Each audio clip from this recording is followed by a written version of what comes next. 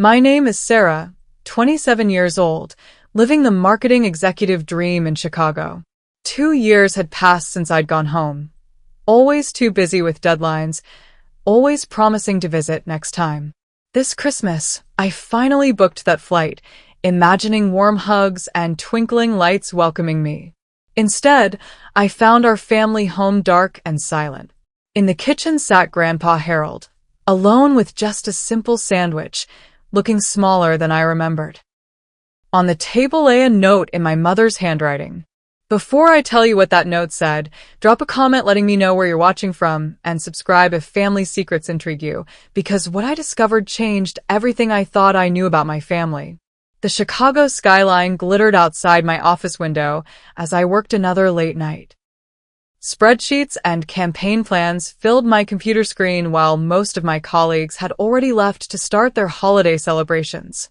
That was my life for the past 3 years since landing the junior executive position at Palmer Marketing Group, always the last to leave, first to arrive. My boss, Diana, rewarded dedication with opportunities, and I'd seized every one, climbing faster than anyone expected. Still here, Matthews? Diana poked her head into my office around 9 p.m., eyebrows raised. The Jefferson proposal isn't due until after New Year's. Just finishing some tweaks, I replied, barely looking up. Want to get ahead before the break. She lingered in the doorway. Any plans for Christmas? Heading home. The question made me pause. Home. The word felt increasingly abstract. Probably just catching up on sleep. Maybe meeting friends for dinner. The same answer I'd given last year and the year before that. After she left, I found myself staring at my phone. 3 missed calls from Mom from last week I hadn't returned yet. A text from Dad asking if I'd received the Christmas card they sent. I'd seen it in my stack of mail, but hadn't opened it. When had I last been home? My brother Tyler's graduation almost 2 years ago. I'd flown in the morning of and left that night, claiming an important meeting the next day. Mom's disappointed face flashed in my memory. Something shifted inside me as I looked around my sleek, impersonal office. Awards and accomplishments lined the walls, but no photos. Nothing personal. I picked up my phone and booked a flight home for the next morning. No warning, no announcement. I'd surprise them and finally be part of a proper family Christmas. The flight to Pennsylvania was bumpy with winter weather. I tried calling several times, but no one answered. Not unusual during the busy holiday season, I reasoned. They were probably shopping or visiting relatives. The anticipation built as the taxi turned onto Maple Street. I imagined the scene awaiting me, Mom's famous gingerbread cookies, Dad's excessive decorations, Grandpa Harold's terrible Christmas jokes, and Tyler's latest college stories. But as we approached the house, something felt wrong. Our home had always been the brightest on the block during Christmas, Dad's competitive streak ensuring we had more lights than anyone else. Tonight, the house stood dark among the cheerfully decorated neighbors. No lights, no inflatable Santa, no wreaths. Just darkness. You sure this is the right address, miss? The taxi driver asked. Yes, I said, my stomach tightening. This is it. I paid him and stood in the driveway, overnight bag in hand. The lawn needed mowing, mail overflowed from the box, and the garden beds Mom had always kept immaculate were overgrown. I checked my phone, still no responses to my messages asking if everyone was okay. Using my old key, I opened the front door. The house was silent except for a faint light coming from the kitchen. The living room, usually transformed into a winter wonderland by now, sat bare and half empty. Some furniture was missing, and boxes were stacked in corners. Hello? I called out, my voice echoing. Mom? Dad? Anyone home? I followed the light to the kitchen and stopped in the doorway. Grandpa Harold sat alone at our family table, eating a simple sandwich. No holiday feast, no decorations. Just my 80-year-old grandfather in the dim light of a single bulb, looking up at me with surprise that quickly turned to something like guilt. Sarah, he said, his voice cracking. "What are you doing here, sweetheart?" I rushed to hug him, noticing how thin he felt through his cardigan. His usual robust frame had diminished, and his hands trembled slightly as they patted my back. "Surprising everyone for Christmas. Where is everyone? Why is the house so dark?" The questions tumbled out as I pulled back to look at him. His eyes, blue and faded behind his glasses, darted away from mine. "Your parents aren't here, honey. Shopping? Church event?" I asked, still clinging to my expectations. He shook his head slowly, then gestured to a folded piece of paper on the table. "They left this for me. I think you should read it." The note sat ominously on the scratched wooden surface of our family table, the one where we'd shared thousands of meals, holiday celebrations, homework sessions, and heart-to-hearts. Now it held just a half-eaten sandwich and a secret I was about to discover. "Grandpa, what's going on? Where's Mom and Dad? Where's Tyler? Why does the house look like this?" Panic edged into my voice as I reached for the note. "Sit down first, Sarah," he said gently. "It's been a while since we've seen you. Maybe we should talk before you read that." But I was already unfolding the paper, my heart pounding as I recognized my mother's neat handwriting. Whatever was written there, I knew instinctively it would change everything. My hands trembled as I unfolded my mother's note.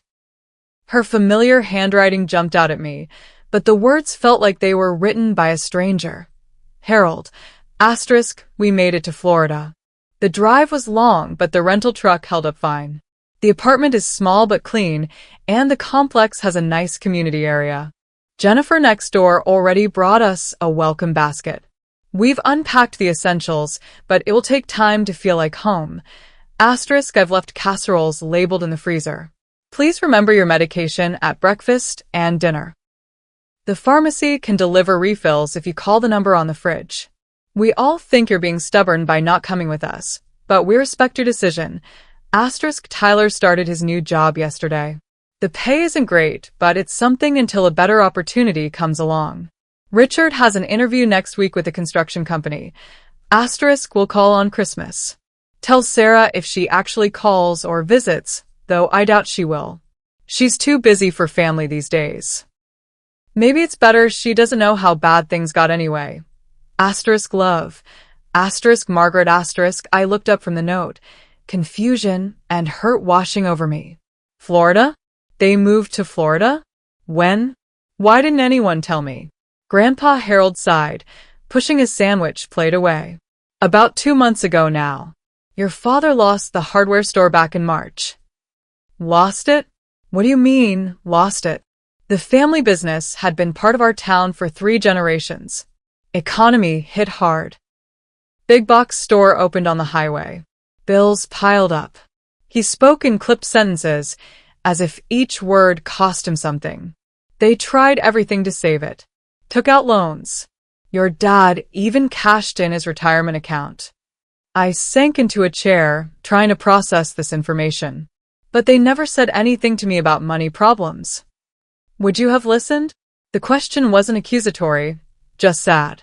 When was the last time you had a real conversation with your parents, Sarah? Not just a quick call between meetings? The truth stung. Our communications had become increasingly superficial, brief updates, holiday wishes, occasional photos exchanged. I'd been so absorbed in my career that I'd reduced my family to occasional check-ins. They didn't want to burden you, Grandpa continued. You were building your life in Chicago, making something of yourself. Your mother was so proud, telling everyone about her daughter, the executive. But they moved states without telling me. My voice cracked. They just left. Your Uncle Thomas offered your dad work at his construction company in Tampa. They couldn't afford to keep the house after the foreclosure notice came. He gestured around the kitchen. Most of this will be gone after the bank auction next month. They only took what would fit in a rental truck. Foreclosure. The word felt alien associated with my childhood home. And you? Why didn't you go with them? A stubborn look crossed his weathered face. This is my home. Lived in this town 60 years. Not about to start over in some Florida retirement community just because things got tough. I noticed then how the kitchen had changed. The china cabinet that held Mom's treasured collection was empty, the walls bare of family photos. The house was being dismantled piece by piece. "And your health?" Mom mentioned medication in the note. He waved dismissively. "Just old age catching up. Nothing to fuss over." But his evasiveness, the slight wheeze in his breathing, and the array of pill bottles by the sink told a different story. I pulled out my phone. "I'm calling them right now." The call connected after several rings. "Hello." My mother's voice sounded different, tired. "Mom, it's me. I'm at the house with Grandpa." A long pause followed. "Sarah? You're home? For Christmas?" "Yes, and I just found out you moved to Florida 2 months ago." "How could you not tell me?" Another pause. "We left messages, Sarah. Called several times. You never picked up or called back." Had they? I scrolled through my call history. There were indeed several missed calls from my parents around October that I'd meant to return but never did. I've been busy, but that's no excuse for not telling me something this important. Busy. The word hung between us. "You've been busy for years, Sarah. We stopped expecting you to have time for family problems." Dad's voice came on the line. "Sarah? Is that really you at the house?" "Yes, Dad. I came to surprise everyone for Christmas, and instead found out our family has completely fallen apart while I wasn't paying attention." "It's not fallen apart," he said defensively. "We're adapting. The store closing was hard. 40 years of family history gone. But we're making a fresh start." "And Tyler?" "Community college didn't work out. He's bartending now, saving up to try again." Another shock. My brother had been studying computer science, last I'd heard. Why didn't anyone tell me things were so bad? I demanded. "Honey," Mom's voice returned, gentler now. "You made it clear your career came first. Every time we tried to talk about anything serious, you'd cut the conversation short, always rushing to meetings or deadlines. Had I done that?" Memories flashed of ending calls with "sorry, gotta run," or texting "can't talk now," swamped at work. I would have helped if I'd known, I said, though even to my ears it sounded hollow. Would I have really taken time away from my carefully constructed career to help my struggling family? We didn't want charity, Sarah. We wanted our daughter. The hurt in Mom's voice was unmistakable. "Anyway, we should let you go.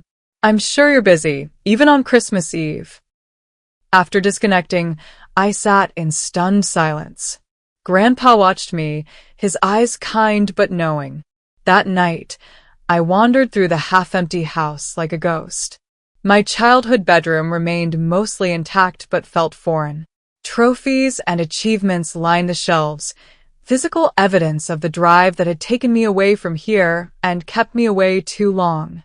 I lay awake in my old bed, surrounded by the remnants of my family's life, feeling like a stranger. How had I missed the signs? How had I let myself become so disconnected that my entire family could relocate without my knowledge? The ceiling still had the glow-in-the-dark stars Dad had put up when I was 8. They dimmed with age, just like my connection to this place and these people. But they were still there, faintly glowing, like the family bonds I'd neglected but not completely lost.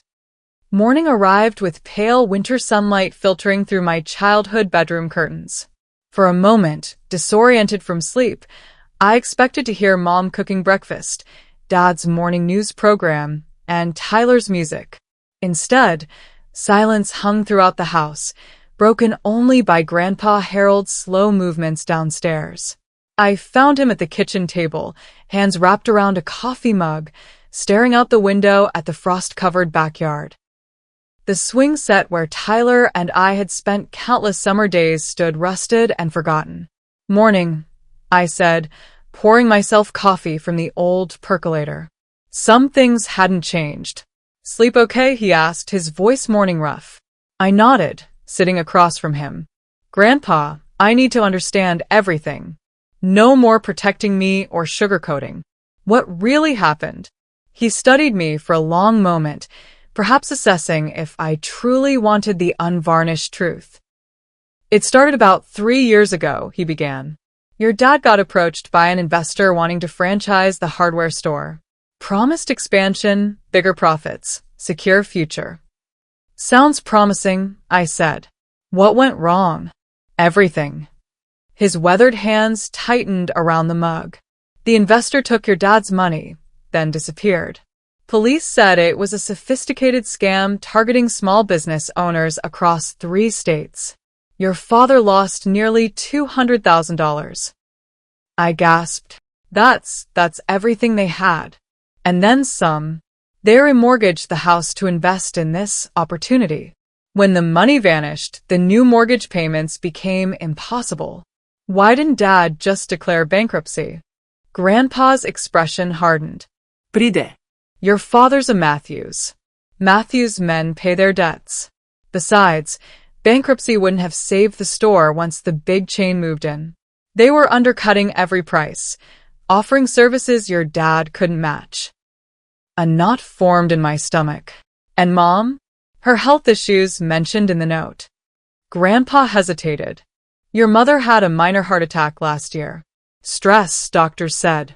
Insurance covered some, but the co-pays, medications, it all adds up. The revelation hit me like a physical blow. A heart attack? And no one told me. She made us promise not to. Said you were finalizing some big account. Seattle company, I think. She didn't want to distract you. I remember that period, securing the Westfield account, my first major client, as team lead. I'd worked 18-hour days for weeks, barely sleeping. Mom had called several times, but I'd sent quick texts saying I'd call when things calmed down. I never did. What else don't I know, Grandpa? He sighed heavily. Maybe we should look through some things. Your parents left documents in the office. Dad's home office, once meticulously organized, was now a cluttered collection of boxes and papers. Grandpa and I spent the morning sifting through financial documents that told the story of my family's downfall. Past due notices, medical bills with alarming balances, letters from the bank about foreclosure proceedings, a rejection letter for a loan modification. Each piece of paper revealed another chapter in a story I should have known. Most heartbreaking was a folder labeled Sarah. Inside were printouts of emails I'd sent, photographs from my infrequent visits, newspaper clippings about my company's successes. Also inside, a half-completed letter from Mom, dated nearly a year ago. My dearest Sarah, I'm writing to ask for your help, though I don't know if I'll ever send this. Your father wouldn't want me to. Things have gotten difficult here. The store is failing, and we're struggling to keep up with bills. Your father is working himself to exhaustion trying to save everything. I had some health troubles recently that scared us all. Nothing for you to worry about, but it's made me realize how precious family is and how I miss you. I know your career is important, and we're so proud of what you've accomplished. I wonder sometimes if we pushed you too hard to succeed, taught you to value achievement over connection. That was never our intention. If you could come home, even for a weekend, it would mean the world. We need our daughter, not her money or her business expertise, just her presence. The letter ended there, never completed, never sent. She couldn't bring herself to ask for help, Grandpa said softly from behind me. Neither could your father. But I would have helped. I protested, tears streaming down my face. Would you? Or would you have sent money to solve the problem and gone back to your life? His question wasn't cruel, just honest. Before I could answer, the doorbell rang. Mrs. Baker from next door stood on the porch with a small Christmas cake. Her eyes widened seeing me. Sarah Matthews. I didn't know you were visiting. She embraced me warmly. Your grandfather didn't mention you were coming. He didn't know, I admitted, inviting her in. Over tea, Mrs. Baker filled in more gaps. How neighbors had organized meal trains when Mom was recovering. How Dad had aged years and months as the business failed. How the community had helped pack the moving truck for Florida. We all offered to help more, she said, stirring her tea. But your father, well, Matthew's pride runs deep. They never said anything to me, I repeated, still struggling to accept my ignorance. Mrs. Baker's kind eyes held something like pity. Honey, they tried. We all saw it. But you became the one who escaped, who was too important for small-town problems. That's how your mother put it once, not unkindly, mind you. She was proud, but there was sadness there too. After she left, I found myself in front of the living room wall where family photos had once hung. Light rectangles on the faded wallpaper marked their absence. I could picture each missing frame: family vacations, graduations, holidays. Moments I'd increasingly excused myself from.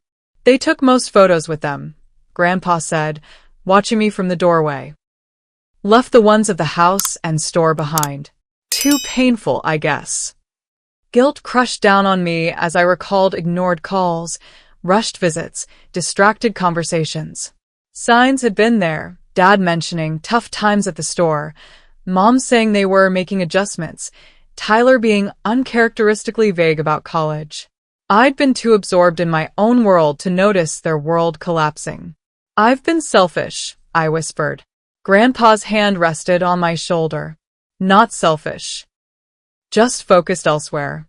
The question is, now that you know, what will you do? I turned to him, resolve forming through my tears. First, I'm calling Mom and Dad again. A real conversation this time. Then I'm booking a ticket to Florida. Good girl, he nodded. They'll be glad to see you. And what about you? I asked, noticing the slight tremor in his hand, the wheeze in his breathing. Will you be okay here alone? Maybe you should come with me. This is where I belong, he said firmly.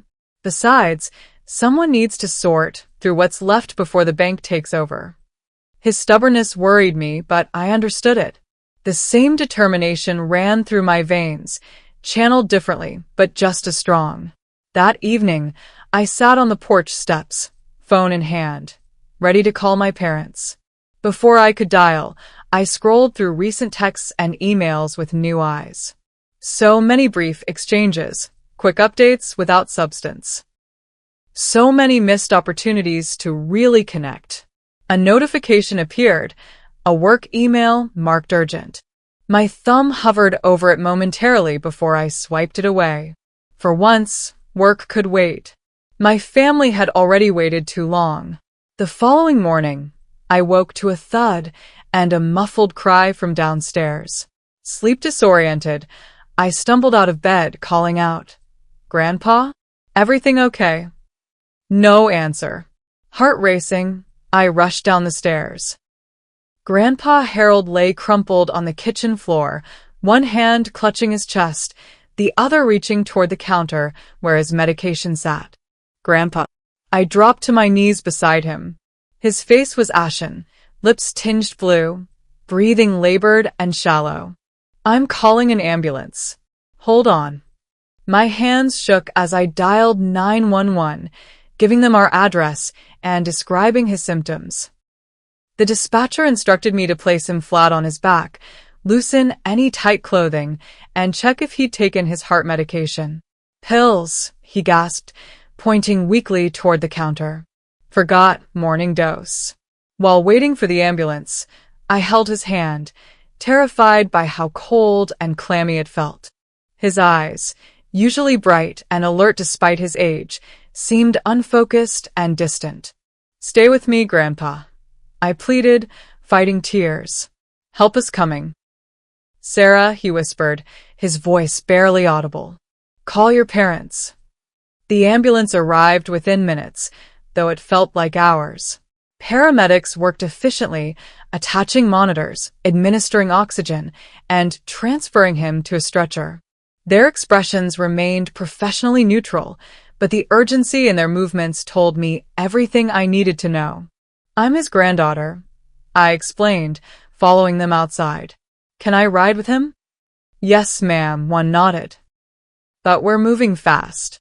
The ambulance interior was cramped and clinical, a stark contrast to the warm kitchen we'd just left. Grandpa's eyes fluttered open and closed as the paramedic inserted in 4 and checked vital signs. I clutched my phone, debating whether to call my parents now or wait until I had more information. The last thing I wanted was to panic them when they were states away, unable to help. At County General Hospital, Grandpa was whisked away for immediate assessment, leaving me alone in a sterile waiting room with outdated magazines and a muted television playing holiday specials. The irony wasn't lost on me. Christmas Eve, and I was in a hospital worrying about the only family member who hadn't abandoned me. Or was it the other way around? After an hour of anxious waiting, Dr. Reynolds, a cardiologist with kind eyes and a direct manner, approached me. "Ms. Matthews? Your grandfather has suffered a moderate heart attack. His condition is serious, but stable for now. We've moved him to the cardiac care unit for monitoring and treatment. Will he?" I couldn't finish the question. "It's too early for definitive prognosis, but I should be upfront. Your grandfather's heart shows significant damage from previous cardiac events. Has he been following up with a cardiologist regularly?" I shook my head, embarrassed by my ignorance. "I don't know. I haven't been. I don't live here anymore." "I see." His tone remained professional, but I detected slight judgment. "Well, our records show he was advised to undergo bypass surgery 6 months ago, but declined treatment. He's been managing with medication alone, which is not the recommended approach for his condition." The revelation stunned me. Surgery? He never mentioned that. Patients his age sometimes make these decisions. Cost concerns, fear of procedures, not wanting to burden family. He trailed off, letting me fill in the blanks. Cost concerns. Of course. With my parents' financial collapse, even with Medicare, the out-of-pocket expenses for major surgery would have been substantial. "Can I see him?" I asked, briefly. "He needs rest, but family presence can be beneficial." Grandpa looked small and vulnerable in the hospital bed, surrounded by beeping monitors and tubes. His eyes opened when I approached, a weak smile forming. "Quite a drama I've caused," he whispered. I took his hand, careful not to disturb the 4. "Why didn't you tell me about the bypass surgery recommendation?" He sighed. "What good would it have done? Your parents lost everything. I'm 80 years old. Seemed selfish to spend thousands extending my life a few years when that money could help them start over. That should have been your decision to make, not theirs. And I could have helped. You have your own life, Sarah. Your own bills, your own future to secure. You're my future too," I insisted, tears welling. "All of you are. I've just been too blind to see it." A nurse entered to check his vitals, giving me a sympathetic smile. 5 more minutes, then he needs to rest." When she left, I squeezed his hand. "I'm calling Mom and Dad now. They need to know." Fear flashed across his face. "Don't worry them. They can't afford to come back." "They're coming back," I said firmly. "We're facing this as a family." In the hospital corridor, I finally made the call I'd been dreading. Mom answered on the second ring. "Sarah? How's everything with Dad? Is he eating properly?" Taking a deep breath, I forced the words out. "Mom, Grandpa's in the hospital. He had a heart attack this morning." Her sharp intake of breath cut through the line. "How bad?" "Serious, but stable." "But Mom, there's more. He was supposed to have bypass surgery months ago and refused because of money. Did you know?" Silence, then a muffled sob. "We knew he needed some procedure. He downplayed it, said it was optional, not urgent."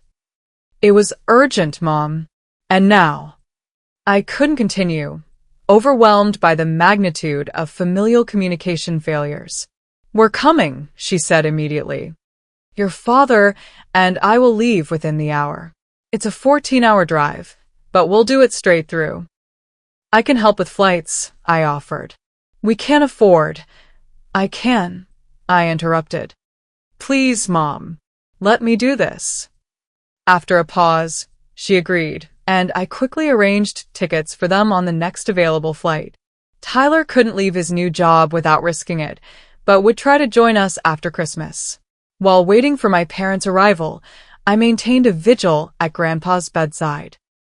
Between his periods of sleep, he shared stories I'd never heard about my grandmother's battle with cancer decades ago, about the early days of the hardware store when my father was just a boy, about family heritage and values I'd taken for granted. Your grandmother was the strong one, he said, his voice growing stronger as he reminisced. When we lost the first store to fire in '78, she's the one who gathered the insurance money and found the new location.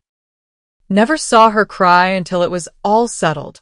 Then she broke down in private, just once. That sounds like Mom, I observed. Apple doesn't fall far. Your mother has that same steel. Your father's the dreamer, the optimist. Needed both to survive in small business. He paused, studying me. You got both too. The drive and the vision. Just been aiming it away from family. His words stung with truth. I had inherited my family's best qualities, but channeled them exclusively into career advancement, measuring success in promotions and salary increases rather than relationships maintained. Late that night, alone in the CCU waiting room, the weight of everything crashed down on me. 3 years of missed holidays. Countless ignored calls. A family that had stopped expecting me to be present or involved. A grandfather who had chosen potential death over burdening anyone. I broke down completely, sobbing into my hands in the deserted hospital corridor. A passing nurse offered tissues and a gentle pat on the shoulder, but there was no real comfort to be found. This wasn't a problem I could solve with determination or intelligence or work ethic, my usual tools. This was the consequence of hundreds of small choices to prioritize professional advancement over family connection. When my tears finally subsided, I called my boss, Diana. It was nearly midnight, but I knew she'd still be awake. Sarah? Everything okay? Her concern seemed genuine. No, I admitted. My grandfather's in the hospital. Heart attack. My parents are flying in tomorrow. I need more time off, at least through New Year's, maybe longer. A pause. The Jefferson presentation is scheduled for January 3rd. We need you back to finalize. For the first time in my career, I said words I'd never dared. The presentation will have to wait. My family needs me. Diana's tone cooled immediately. I understand personal emergencies happen, but you need to consider your professional commitments. We've invested a lot in your career path, Sarah. And I've given everything to this job.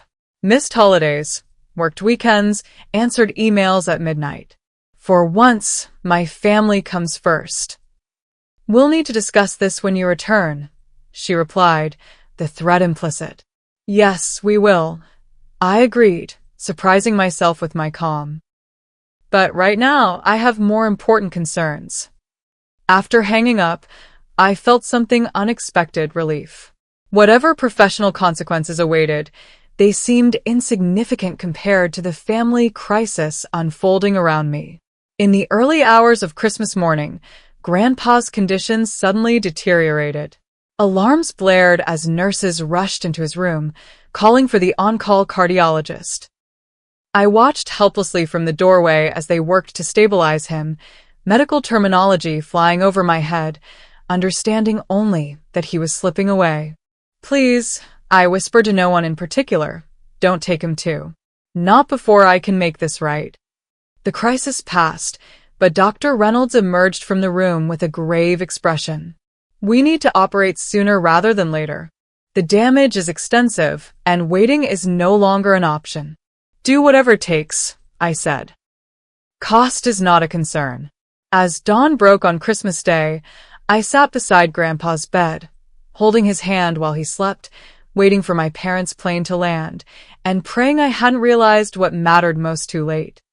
The airport arrival area buzzed with holiday travelers, joyful reunions, children running to grandparents, couples embracing after separation. I stood apart from this festivity, scanning the crowd for my parents' faces, rehearsing what to say when I saw them. Then suddenly, there they were, but not as I remembered them. Dad's hair had turned completely gray, his tall frame stooped with invisible weight. Mom looked thinner, fragile somehow, though her eyes remained sharp and alert. They searched the crowd until Mom spotted me, nudging Dad's arm and pointing. Our eyes locked across the terminal. For a moment, no one moved. 3 years of minimal contact, culminating in crisis. What was the protocol for such a reunion? Mom broke first, rushing toward me with arms outstretched. I met her halfway, enveloped in her familiar scent of vanilla and cold cream. Dad joined more slowly, his embrace tentative until I pulled him closer. "Sarah," Mom whispered, pulling back to look at me, hands framing my face. "You look tired, honey." Such a mom thing to say. I laughed through sudden tears. "I am tired. It's been a rough couple of days." "How is he?" Dad asked, his voice rougher than I remembered. "Stable for now. They're prepping him for surgery this afternoon." I hesitated. "It's serious, Dad. They're not making promises." His jaw tightened, eyes glistening. "Let's go then. No time to waste." The drive to the hospital was awkward, filled with surface conversation, flight details, Florida weather, hospital directions. We circled carefully around the deeper issues, as if by mutual agreement to postpone the difficult discussions until after seeing Grandpa. In the hospital parking lot, Mom reached for my hand across the center console. "Thank you for being here with him. For calling us. For the flights." Her gratitude felt like a knife twist. "Don't thank me. I should have been here all along." Dad sighed from the back seat. "We all make choices, Sarah. Let's not do this now." The cardiac care unit was quiet except for the steady beeping of monitors and soft footsteps of nurses. Outside Grandpa's room, I paused. "He looks smaller than you remember," I warned. "And there are a lot of tubes and wires. But he's been lucid, asking for you both." Mom squared her shoulders, a gesture so familiar it ached. "We're ready." Nothing could have prepared them, though. Mom gasped at the sight of Grandpa in the hospital bed, her hand flying to her mouth. Dad froze in the doorway, color draining from his face. Grandpa's eyes fluttered open at the sound. "Maggie? Richard? You came." Mom rushed to his bedside, taking his hand carefully between hers. "Of course we came, Dad. We'd never stay away." "Shouldn't have bothered," he mumbled. "Expensive tickets." "Stop that," Mom scolded gently. "Nothing's more important than family." The pointed glance she shot me over her shoulder wasn't subtle. Dad caught it too, his expression hardening as he joined them by the bed. "You stubborn old man," Dad said, his voice gruff with emotion. "You were supposed to be taking your medication regularly." "I was," Grandpa protested weakly. "Most days, anyway." "And the surgery you refused?" Dad continued. "Were you ever going to tell us how serious it really was?" Tension crackled in the small room. I stepped forward. "Dad, maybe now isn't." "No, it's exactly the time," he interrupted. "We've all been keeping too many secrets. Look where it's gotten us." "Richard," Mom cautioned, "your father needs rest, not confrontation." "What he needs is honesty," Dad insisted. "From all of us." "Fine," I said, squaring my shoulders. "Let's start with why you didn't tell me you were losing everything and moving to Florida." The question hung in the air like a physical presence. Mom looked away, Dad's jaw worked silently, and Grandpa closed his eyes as if wishing to disappear from the brewing storm. "We tried," Mom finally said. "We called multiple times in September and October. Left voicemails asking you to call back for something important." I remembered those calls, received while running between meetings, dismissed with a mental note to return them later. A note I'd never followed through on. You could have been more direct, I argued weakly. Said it was an emergency. And you could have called your family more than once a month for 10 minutes, Dad shot back. When exactly were we supposed to tell you our life was imploding? During your rushed Christmas call? In a text between your meetings? A nurse appeared in the doorway, drawn by the rising voices. Everything okay in here? Mr. Matthews needs to stay calm before surgery. We all mumbled apologies, momentarily chastened. When she left, Mom took a deep breath and continued in a lower voice. Sarah, we didn't tell you because we were ashamed. Your father and I, we failed. The business your grandfather built that we were supposed to pass on to you and Tyler, we lost it all. It wasn't your fault, I said. Grandpa told me about the investment scam, the big box competition. I should have seen it coming, Dad insisted. Should have adapted, found a way to compete. Instead, I gambled everything on a too-good-to-be-true opportunity. And I didn't tell you about my heart attack, Mom added quietly. Because you were finalizing that big Seattle account. You'd worked so hard for that promotion. A promotion? I repeated hollowly. You had a heart attack and I was worried about a promotion. Grandpa's weak voice interrupted. Nobody's perfect. Everyone thought they were protecting someone else. Me included. Which brings us to you. Dad turned back to his father. Refusing life-saving surgery to save money? What were you thinking? That my life at 80 isn't worth bankrupting what's left of this family, Grandpa said simply. Medicare covers most, but not all. The copays, the recovery care, it adds up. That wasn't your decision to make. Dad's voice broke. You're my father. I would have found a way. Like you found a way to save the store? The words escaped before I could stop them. Dad recoiled as if slapped. Mom gasped, Sarah, I'm sorry. I backpedaled immediately. I didn't mean, no, you meant it, Dad said, his voice cold. You've always been brutally efficient, Sarah. Direct to the point of cruelty, sometimes. Another quality you inherited from me, I suppose. The truth in his words silenced me. We were more alike than I'd realized, both stubborn, both proud, both making unilateral decisions thinking we knew best. This isn't helping, Mom interjected. We're all upset and saying things we don't mean. Or maybe we're finally saying what needs to be said, Dad countered. We've been dancing around the truth for years.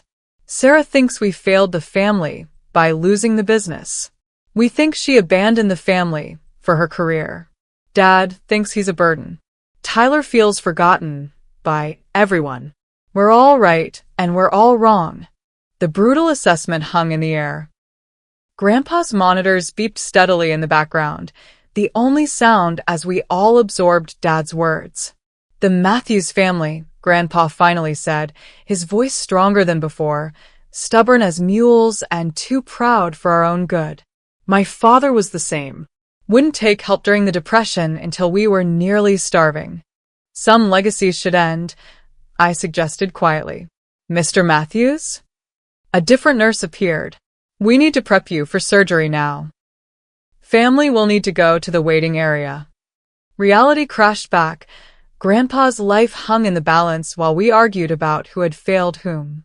Suddenly our grievances seemed petty compared to the possibility of losing him. We each took turns saying what might be final goodbyes. Mom kissed his forehead, whispering something private that made him smile. Dad squeezed his hand wordlessly, emotions too complex for verbalization. When my turn came, I leaned close to his ear. Fight, Grandpa. We need you to show us how to be a family again. As they wheeled him away, a surgical team member approached with forms. We need authorization for the procedure and payment arrangements. I took the clipboard without hesitation. I'll handle everything. Sarah, Mom began to protest. We can't let you. Yes, you can, I interrupted firmly. This is one problem I actually can solve. Let me do this. Dad started to object but stopped himself, studying my face. Whatever he saw there made him nod slightly. Thank you. Left alone in the now empty room, the tension that had sustained us through confrontation dissolved. Mom sank into a chair, shoulders shaking with silent sobs. Dad stood by the window, stoically staring out at nothing. I remained by the door, uncertain where I belonged in this tableau of family grief. A nurse directed us to the surgical waiting area, where uncomfortable chairs and vending machines awaited. As we settled in for the long wait, the weight of everything, the revelations, accusations, and unspoken hurts, became too much. I stood abruptly. "I need some air," I mumbled, practically running down the corridor. In a deserted hospital stairwell, I finally let myself break completely. Every mistake, every missed call, every time I'd chosen work over family played through my mind like a damning slideshow. If Grandpa died today, his final memories of our family would be bitter arguments and recriminations. I wasn't sure how long I sat there, but eventually the stairwell door opened. Dad stood awkwardly, hands shoved in pockets. "Your mother was worried," he said simply. "I've fine." The lie was transparent. He sat beside me on the cold step. "No, you're not. None of us are." We sat in silence for several minutes before he spoke again. "I was proud like you once. Thought I could handle everything myself. Your grandfather tried to warn me about expanding too quickly, about taking on too much debt. I didn't listen." "Dad, let me finish. Pride cost me my father's business. Cost us our home. Nearly cost us our marriage at one point." He sighed heavily. "Don't let it cost you what matters most, Sarah. Success means nothing if you've got no one to share it with." "I thought I was doing what you wanted," I admitted. "Working hard, being independent, succeeding. You always push me to aim higher." "We wanted you to have opportunities," he corrected gently, "not to disappear from our lives." The truth of his words settled between us. Before I could respond, Mom appeared in the doorway, her face ashen. "The doctor's looking for us," she said. "The surgery, there were complications." The hotel room was sterile and impersonal, much like my apartment in Chicago. I sat cross-legged on the bed, surrounded by scattered papers, my laptop open to a spreadsheet of figures. Outside, Christmas night had settled over the town, lights twinkling in windows of homes where families celebrated together. Our family remained fragmented, Grandpa in post-operative recovery, Mom and Dad in the hospital family room refusing to leave his side despite my offer to get them a hotel room too. The surgery had been touch and go, with complications from Grandpa's weakened heart, but he'd pulled through. Not out of the woods, the surgeon had cautioned, but fighting hard. I'd left the hospital only because Mom had practically ordered me to rest. "You've been awake for nearly 48 hours, she'd pointed out. "You can't help anyone if you collapse." Sleep eluded me, though. Instead, I found myself reviewing everything I'd learned in the past 2 days, piecing together the full story of my family's disintegration from fragments shared by different people. Opening my email, I scrolled through years of communications with my parents. The pattern was painfully obvious now, their messages growing longer and more detailed about family matters, my responses becoming increasingly brief and work-focused. The inflection point was clear about 3 years ago, when I'd received my first major promotion. I opened a blank document and began typing, not a business report or marketing plan, but a letter to my family.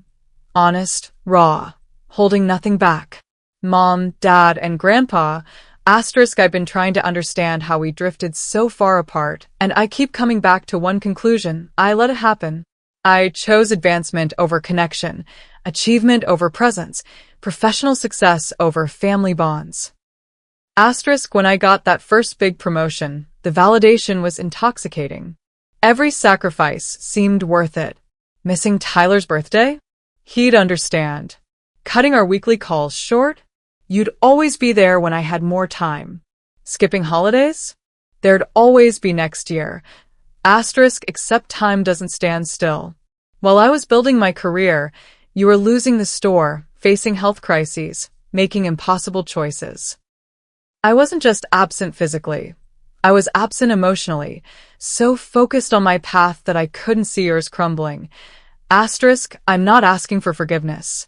What I did, or failed to do, doesn't deserve easy absolution. But I am asking for a chance to rebuild. To be your daughter and granddaughter again.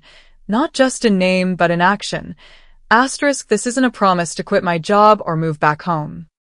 It's a commitment to balance, to presence, to making room in my carefully constructed life for what truly matters, you. Asterisk, I continued writing until dawn, pouring out years of unspoken thoughts and feelings. When finished, I printed the letter at the hotel business center, folded it carefully, and placed it in my bag. Whether I'd actually share it remained undecided, but writing it had clarified my own thoughts. The morning brought a new sense of purpose. After checking on Grandpa, who remained stable but unconscious, I left my parents at the hospital and drove to meet with the hospital's financial services department. I'd like to discuss my grandfather's account, I told the representative, a kind-faced woman named Eleanor. Harold Matthews. He's currently in cardiac recovery. She pulled up his information, her expression carefully neutral. I see. And your relationship to the patient? Granddaughter. I'll be handling his medical expenses. She nodded, typing something into her computer. I should inform you that your grandfather's procedure and ongoing care represent significant costs. Even with Medicare coverage, the out-of-pocket expenses will be substantial. I understand. Could you provide a detailed breakdown of current and projected costs? What followed was a sobering education in healthcare economics. Between the emergency care, surgery, specialist consultations, and anticipated rehabilitation services, Grandpa's treatment would cost nearly $40,000 after insurance. There are some assistance programs, Eleanor suggested, noting my expression. Based on your grandfather's income level, he might qualify for. That won't be necessary, I interrupted. I'll cover everything. She seemed surprised but recovered quickly. That's generous. However, I'd still recommend exploring available programs.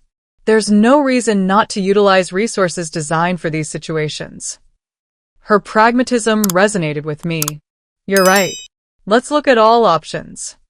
For the next 2 hours, we navigated applications for senior assistance programs, hospital charity funds, and payment plans. My business training proved unexpectedly valuable as I analyzed terms, negotiated rates, and identified inefficiencies in the billing system that Eleanor flagged for review. You're good at this, she commented as we finalized arrangements. Most families are too overwhelmed to be this thorough. It's the one way I can actually help right now, I admitted. Numbers and systems I understand. Family, that's more complicated. By early afternoon, I'd established a comprehensive plan that would reduce Grandpa's out-of-pocket expenses by nearly 40% while ensuring he received optimal care. For the first time since arriving home, I felt competent, useful, applying my professional skills to a problem that actually mattered. Back at the hospital, I found Mom dozing uncomfortably in a waiting room chair while Dad stared blankly at a muted television playing holiday specials. Any change? I asked quietly. Dad shook his head. Doctor says it's normal, the sedation keeping him under. Should start waking up tomorrow. I handed him a coffee from the cafe downstairs. You should both go to the hotel.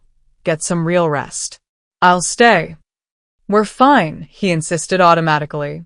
Dad, I said gently, you're exhausted. Mom looks uncomfortable. There's nothing you can do here that I can't. Please let me take this shift. After some persuasion, they reluctantly agreed, taking the hotel key I offered. As they gathered their things, I added, I met with financial services this morning. Everything's arranged for Grandpa's care. Dad stiffened. Sarah, we can't accept. It's not charity, I interrupted. It's family. And before you argue, I've already signed the papers. It's done. After they left, I settled into the hard waiting room chair, laptop open to catch up on work emails. Diana had sent several increasingly pointed messages about the Jefferson presentation and my unexpected absence. I'd been dreading this confrontation, but somehow, sitting in a hospital waiting for news of my grandfather's recovery, corporate politics seemed remarkably unimportant. I dialed Diana's number. "Sarah," she answered coolly. "I was beginning to wonder if you'd forgotten about your responsibilities here." "I haven't," I replied calmly, "but I've needed to reprioritize temporarily. My grandfather had emergency heart surgery yesterday. He's still in critical condition." "I'm sorry to hear that," she said, sounding genuinely sympathetic before shifting back to business. "However, the Jefferson account represents nearly $2 million in potential revenue. We need you back by the 31st at the latest to finalize the presentation. 3 days from now, before Grandpa would even leave the hospital." "I can't do that, Diana. My family needs me right now." "Sarah," her voice hardened, "I've supported your career advancement consistently. I've overlooked your limited team-building skills because your results were exceptional. But this level of unprofessionalism is actually me being a human being." I finished for her. "For the first time in years, honestly. Are you willing to jeopardize everything you've worked for?" The threat was unmistakable. The Sarah of a week ago would have capitulated immediately, packed her bags, and caught the next flight to Chicago. That Sarah no longer existed. If that's what it takes, yes. I can work remotely on the presentation, but I won't be back in the office until my grandfather is stable and my family situation is addressed. The silence stretched so long I thought she'd hung up. Finally, she said, "I'll have Andrea take over the Jefferson account. When you decide your priority is your career again, we'll discuss your future with the company." After disconnecting, I waited for panic or regret to set in. Instead, I felt an unexpected lightness. Whatever happened professionally, I'd finally made a choice I wouldn't regret on my deathbed. The afternoon passed slowly. I answered work emails, transferring ongoing projects to colleagues with detailed notes. If I was potentially sacrificing my job, I would at least do so professionally. Between emails, I researched cardiac rehabilitation services in both Pennsylvania and Florida, comparing options for Grandpa's recovery. The more I learned, the more I understood the complexity of the choices facing my family. By evening, I'd formed the outline of a plan. When Mom and Dad returned, looking marginally more rested, I shared my thoughts. "I've been thinking about Grandpa's recovery," I began. "He'll need significant support initially. The house here isn't ideal. Too many stairs. Too isolated if there's another emergency." Dad nodded wearily. "We know, but we can't afford to move back right now, and he refuses to come to Florida. What if we compromised? Made the house more accessible in the short term while exploring options for the future?" "The bank forecloses next month," Mom reminded me. "Any improvements would be wasted. Unless we stop the foreclosure." They exchanged glances. "Sarah, that's not possible. The amount owed." "I've done the math," I interrupted, pulling out my laptop to show them the spreadsheet I'd created. "If we negotiate with the bank for a loan modification and I contribute to catch up the arrears, we could potentially keep the house, at least until Grandpa recovers fully and can make a decision about his future with complete information." They stared at my calculations in silence. "This is a lot of money, Sarah," Dad finally said. "Your savings?" "Are mine to use as I choose," I finished. "But there's something else we need to address." I took a deep breath and continued. "I'm not suggesting I swoop in with money and solve everything. That's not sustainable or healthy. We need honest communication about finances, health, future plans, everything we've been avoiding." Mom reached for my hand. "You're right. No more secrets, no more protective lies. And no more absence," I added, meeting her eyes. "I've already told my boss I'm extending my leave. I may not have a job to go back to, but I'll figure that out later." You can't sacrifice your career, Dad protested. After everything you've worked for? I'm not sacrificing it. I'm balancing it with what matters more. I smiled slightly. Something I should have learned from you both long ago. That night, we left the hospital together, stopping first at a local diner, the only place open on Christmas night. Over simple meals, we began the painful but necessary process of full disclosure. Mom shared details about her health that she'd minimized previously. Dad outlined the exact state of their finances in Florida. I explained my own financial situation and career uncertainties. For the first time in years, we spoke as adults. No protective filters, no glossing over difficulties, no performance of success. Just truth, uncomfortable but liberating. The next morning, a nurse called. Grandpa was awake and asking for us. We rushed to the hospital, finding him pale but alert, his eyes brightening when he saw all three of us enter together. Well, he said weakly, looks like I'm not rid of you all yet. I moved to his bedside, taking his frail hand in mine. Not a chance. You're stuck with us, all of us from now on. His fingers tightened around mine. Good. That's how it should be. In that moment, surrounded by my imperfect, struggling, resilient family, I realized we'd turned a corner. Recovery, both Grandpa's and our families, would be long and challenging, but for the first time, we'd face it together. 3 weeks later, the house on Maple Street looked remarkably different. Fresh paint brightened the exterior, new ramps replaced front steps, and inside, Grandpa's bedroom had been relocated to the former dining room to eliminate stair climbing during his recovery.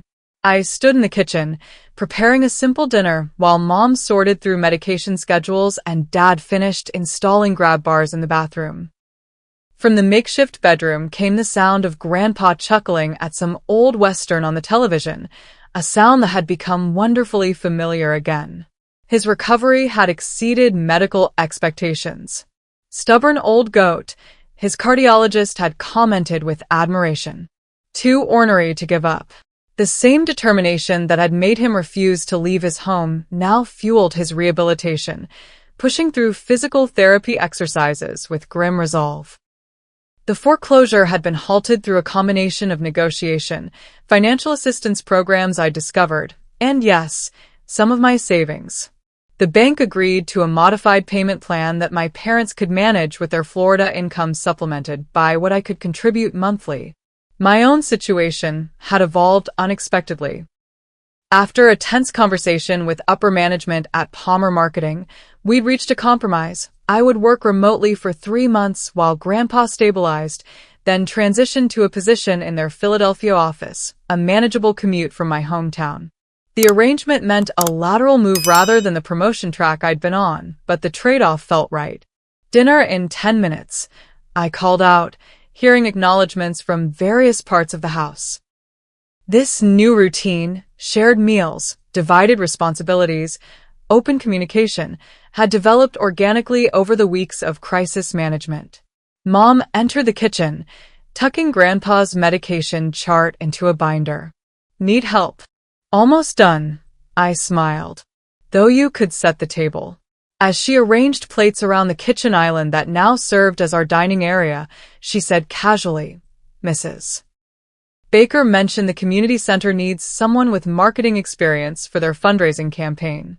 Volunteer position, but good connections. Subtle, Mom. I laughed. I'll think about it. Just saying, if you're going to be around more? She shrugged, but her eyes held hope. I will be, I assured her. 1 weekend a month at minimum, plus holidays. For real this time. The promise wasn't empty. My new work arrangement included explicit boundaries. No answering emails after 7 p.m., no working weekends unless absolutely necessary, and guaranteed time off for family events. Diana had been shocked by my insistence, but something in my expression must have conveyed my non-negotiable stance. Dad joined us, smelling of paint and wood. Bathrooms all set for Dad. Should make things easier for him. And for you both when you visit, I noted. My parents had extended their stay to help with Grandpa's initial recovery, but would need to return to Florida soon. Tyler had managed a 4-day visit after New Year's, reconnecting with everyone and sharing his own struggles and hopes more openly than before. About that, Dad said, exchanging glances with Mom. We've been talking. The Florida situation was always meant to be temporary, a way to get back on our feet. Thomas has offered me a permanent position at his company, but your heart's not in construction? I finished, recalling our conversations over the past weeks. He nodded. I've been in retail hardware my whole life. Starting over at 58 in a new industry, it's harder than I expected. We're considering moving back, Mom said cautiously. Not immediately, but perhaps by summer. There's a small commercial space for rent downtown. Nothing like the old store, but enough to start a specialized hardware business, focusing on restoration supplies for the historic homes in the area. The idea clearly energized Dad in a way I hadn't seen since arriving home. There's a niche market the big box stores don't serve well, with a targeted inventory and some online sales component. That sounds perfect, I said sincerely. Have you run the numbers? Working on it, he admitted. It would be tight financially. I might know someone who could help with a business plan, I offered. And maybe some digital marketing strategy. Mom's eyes misted. We'd appreciate that, but we don't want to impose on your time. It's not an imposition when it's family, I interrupted, echoing words I'd repeated often these past weeks. Dinner that night was simple but significant, our first meal together since Grandpa's return home. He insisted on sitting at the table with us despite his weakness, proudly using the walker he'd initially resisted. Best meal I've had in months, he declared, though the chicken casserole was nothing special. Because you're eating with family instead of alone, Mom said softly. He nodded, suddenly serious. That sandwich you found me eating when you arrived, Sarah, I've been thinking about it. Sad little meal for a sad old man. Didn't see the point in cooking just for myself anymore. Well, no more sandwiches alone, I promised. Even when Mom and Dad go back to Florida temporarily, I'll be here weekends. And Mrs. Baker has organized a meal rotation with the neighbors for weeknights. Don't need charity, he grumbled automatically.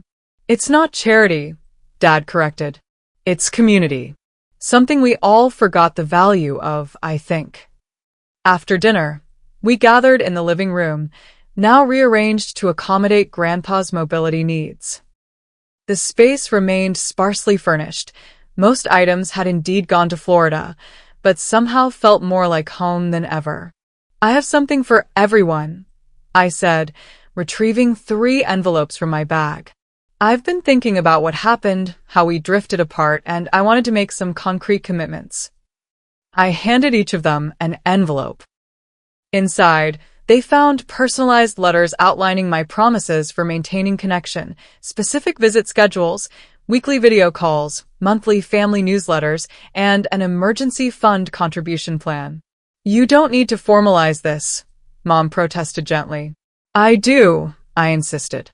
For myself as much as for you. I need these boundaries and commitments to prevent falling back into old patterns. Grandpa studied his letter carefully before looking up. This says you'll be here for my birthday in April. I will, I confirmed. Already requested the time off. And Thanksgiving at our place in Florida? Dad questioned. If that's where you still are by then, yes. Though it sounds like you might be back here instead. Mom wiped tears. This means everything, Sarah. There's something else, I continued.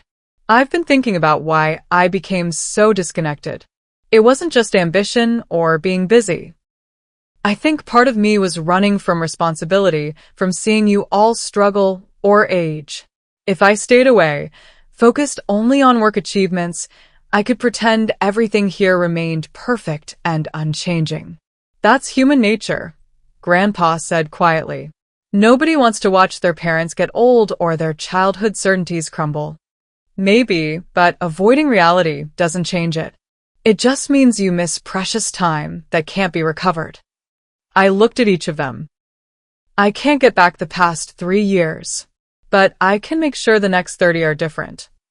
As winter turned slowly towards spring, our new family patterns solidified. Grandpa grew stronger each week, though his doctors warned he would never regain his previous vitality. My parents returned reluctantly to Florida, but called daily and visited monthly as they prepared for their eventual move back. I settled into a rhythm of weekdays in Philadelphia at my new position and weekends at home, helping Grandpa and reconnecting with a community I'd dismissed as too small and limiting for so long. The specialized hardware store concept progressed from idea to business plan, with my marketing expertise contributing to a solid online strategy to complement the physical location.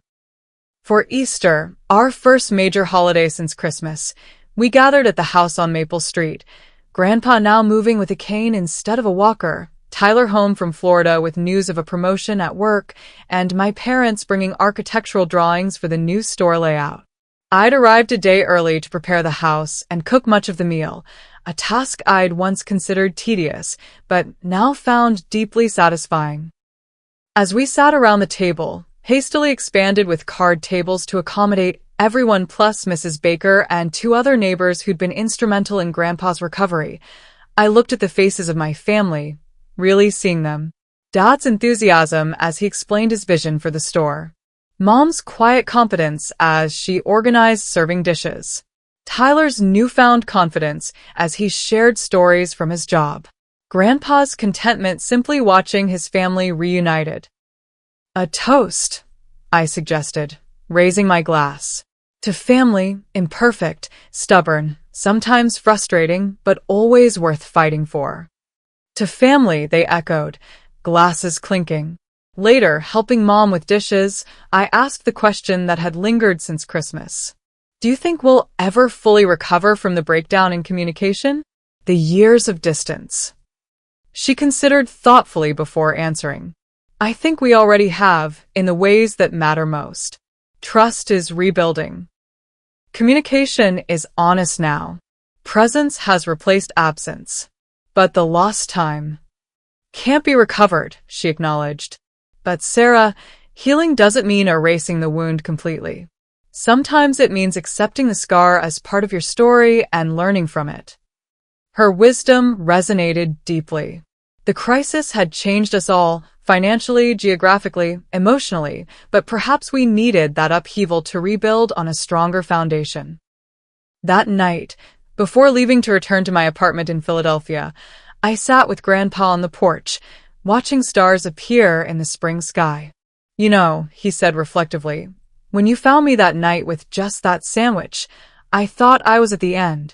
Alone, house being taken, health failing.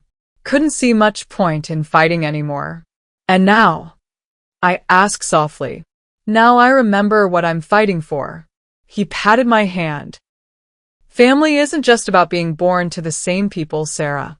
It's a choice you make every day to stay connected, to work through difficulties, to prioritize relationships over convenience. I'm learning that, I agreed. Slowly but surely. Some lessons can only be learned through loss or near loss, he observed. Almost losing everything taught your parents what really mattered. Almost losing me taught you the same. I leaned my head against his shoulder, a gesture of affection I hadn't offered since childhood. I just wish I'd understood sooner. You understood exactly when you needed to, he assured me. That's how life works. We're ready for the lesson when it arrives, not before.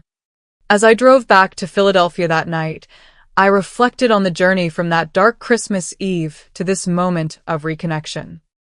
The corporate achievements that had once defined my worth now took their proper place in a much broader life picture. The family I'd nearly lost through neglect had become my anchor and priority. The sandwich, that simple, solitary meal that had greeted my homecoming, had become symbolic in my mind. A meal eaten alone versus the nourishment of family connection. A choice between isolation and belonging. Between success defined by career advancement and success measured by relationship depth. I still had my career, albeit with different boundaries and expectations. But now I also had regular Sunday dinners with Grandpa, monthly family meetings via video call, and a growing involvement in the community I'd once been so eager to escape. The balance wasn't perfect, life rarely is, but it was authentic and increasingly satisfying. As I approach the one-year anniversary of that life-changing Christmas homecoming, I want to ask you, what priorities might you be neglecting while chasing success? What conversations have you been avoiding with loved ones? Remember that a family's strength isn't in its perfection, but in its resilience and commitment to each other through both celebration and crisis. If this story resonated with you, please hit the like button and subscribe to hear more stories about family reconciliation and life lessons. Share in the comments a moment when you realized what truly mattered in your own life. Thank you for joining me on this journey, and may your own family connections grow stronger through both the difficult and joyful moments ahead.